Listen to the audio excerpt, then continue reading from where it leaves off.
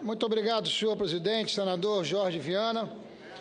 De maneira preliminar, eu quero manifestar a minha absoluta solidariedade à manifestação do senador Ronaldo Caiado, aos nossos pequenos proprietários, aos proprietários de base familiar, do estado de Goiás e de outros estados.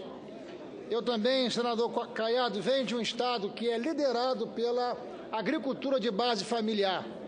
Gente de boa fé que faz do trabalho a sua devoção de vida. Portanto, a manifestação de Vossa Excelência vai também receber de forma entusiasmada o meu apoio e o meu voto para que nós possamos fazer justiça a esses homens bravos brasileiros que compraram gato por lebre e por isso mesmo estão passando por circunstâncias de extraordinária dificuldade, e nós vamos, assim como disse aqui, de forma entusiasmada acompanhar a liderança de Vossa Excelência por fazer justiça a tantos e bravos pequenos produtores, parte deles nos visitando aqui hoje no Senado. Mas, senhor presidente, nós estamos aqui deliberando sobre a indicação de um embaixador. Portanto, nós estamos tratando de política externa. Algo importante para qualquer Estado, para qualquer país, sobretudo numa quadra em que a globalização, em que a integração das nações, ela se apresenta como fato e como valor. Valores como liberdade de imprensa, como democracia, como eleições livres, limpas e diretas, são valores que não têm fronteiras. E nós debatemos isso na semana passada na Comissão de Relações Exteriores, quando recebemos na Comissão de Relações Exteriores o ex-ministro e ex-presidente do Supremo Tribunal Federal, o ministro Nelson Jobim, que também foi presidente do Tribunal Superior Eleitoral, que também foi ministro da Defesa. Aliás, um extraordinário ministro que marcou o tempo e deixou um legado extraordinário. Me lembra aqui o senador Jorge Viana, também ministro da Justiça, constituinte, uma pessoa de largo conhecimento, que honrou todos os mandatos e delegações que recebeu. E soa mal, e é de forma absoluta diferente que nós estamos recebendo, senhor presidente, essa manifestação da Venezuela, quando todos nós imaginávamos que a indicação do ministro Nelson Jobim, que foi uma indicação para cima das disputas políticas e disputas partidárias. O ministro Nelson Jobim, ele foi indicado pelo Superior Tribunal Eleitoral, recebeu apoio do chanceler Mauro Vieira, recebeu apoio institucional da Presidência da República, portanto, foi um nome que reuniu a todos nós.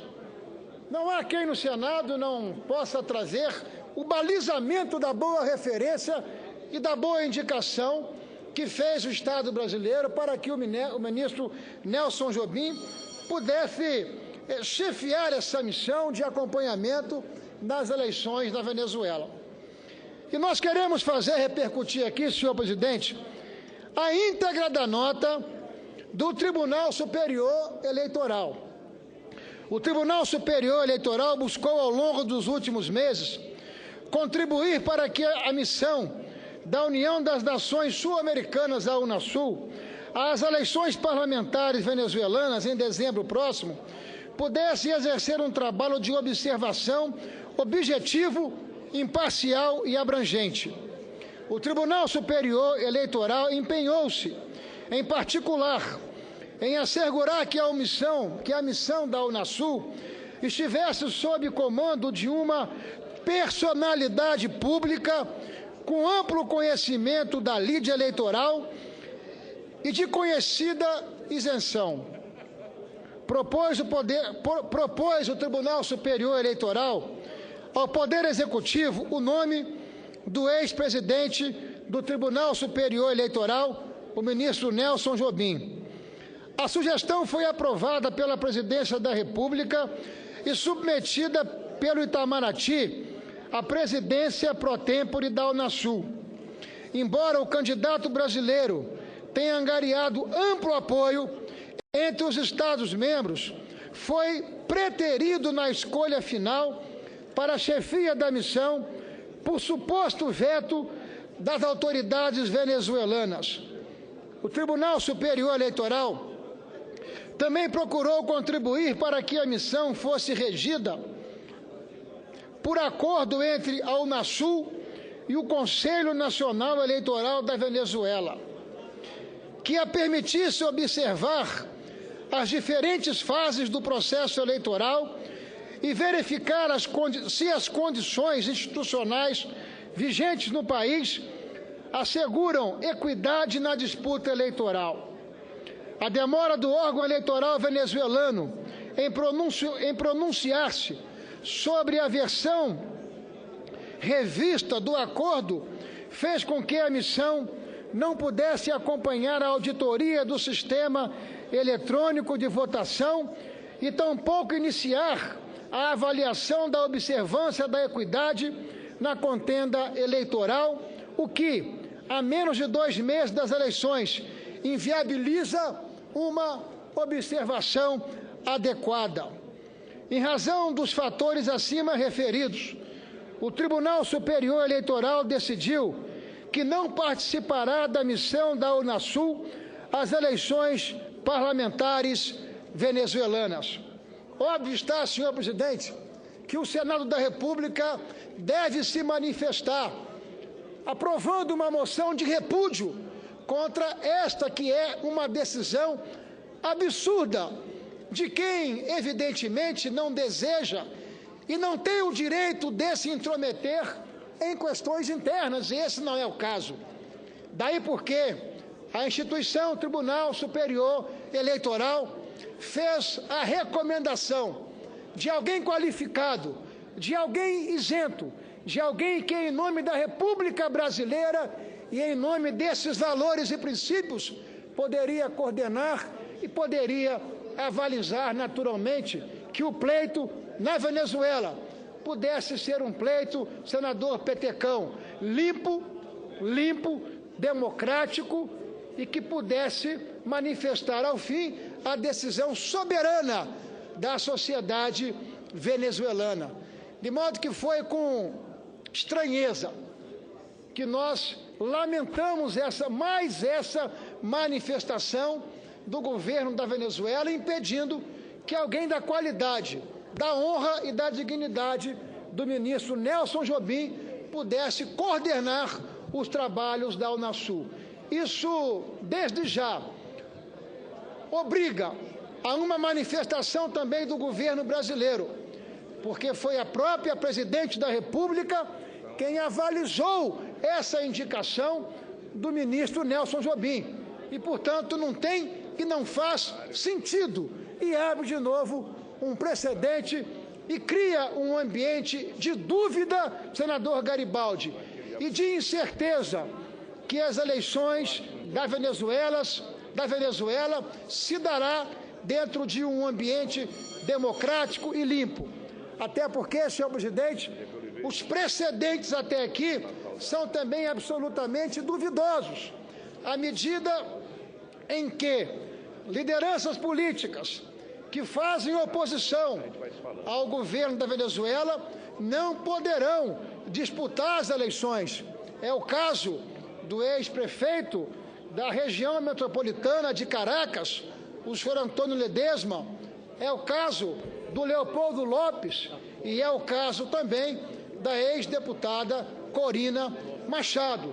Portanto, aquilo que ao longo desses meses todos se manifestou como incerteza, nesse momento sinaliza com absoluta dúvida, com absoluta estranheza, esse veto a uma pessoa que foi indicada pelo Estado brasileiro para que pudesse coordenar.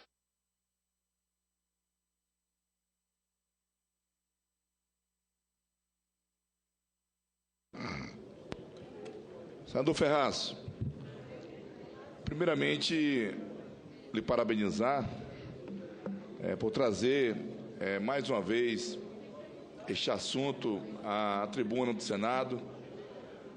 Eu que tive o prazer de acompanhá-lo naquela comissão até a Venezuela e pudemos ver de perto a situação que está esse país que já viveu os seus momentos de glória. Eu, sinceramente, ouvindo atentamente ao seu pronunciamento e conhecendo um pouquinho o ministro Jobim, para mim era uma das poucas esperanças que nós poderíamos ter de transparência nessas eleições que teremos na Venezuela. Eu fiz parte daquela comitiva, junto com Vossa Excelência e outros colegas senadores. Fiquei muito preocupado com o que ouvi e com o que vi. Agora, essa manifestação do governo venezuelano só vai de encontro àquilo que nós mais temíamos. Então, eu penso que nós fazemos parte da Comissão de Relações Exteriores, não podemos aceitar calado esse episódio e tomarmos providência para que nós possamos dar o mínimo de segurança para o povo venezuelano ter uma eleição dentro de um sistema que nós todos sonhamos, que é o sistema democrático. Aquele povo não pode continuar pagando o preço daquele governo ditador que ali se instalou. Queria só lhe parabenizar mais uma vez pela sua coragem de trazer esse tema ao debate aqui na nossa casa. É bem pior que uma manifestação. É um veto.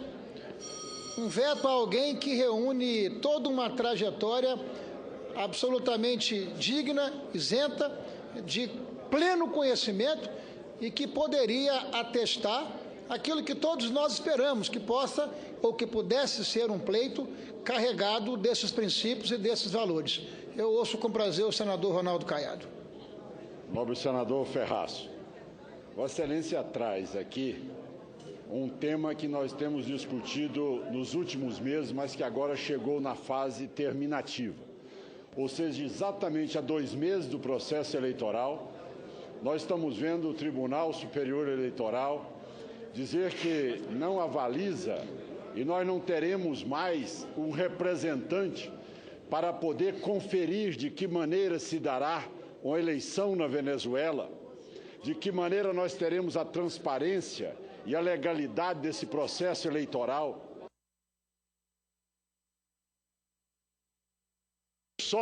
Senhor presidente, não só o que nós estamos assistindo, mas o mais grave é o governo brasileiro não se pronunciar neste momento. O silêncio do governo brasileiro é comprometedor. Quer dizer, um ditador com a prepotência e arrogância que exerce a função. Esta semana mesmo, ao fazer um grampo na ligação telefônica de um empresário venezuelano com outro venezuelano economista nos Estados Unidos, ele mandou que a justiça processasse o empresário por estar discutindo como é que seria a renegociação do governo venezuelano com o FMI após o período Maduro. Veja bem a que ponto nós chegamos. E o governo brasileiro, senador Ferraz, não reage a isso.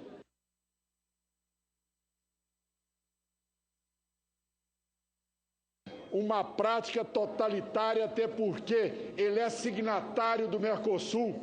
As regras democráticas estão sendo descumpridas.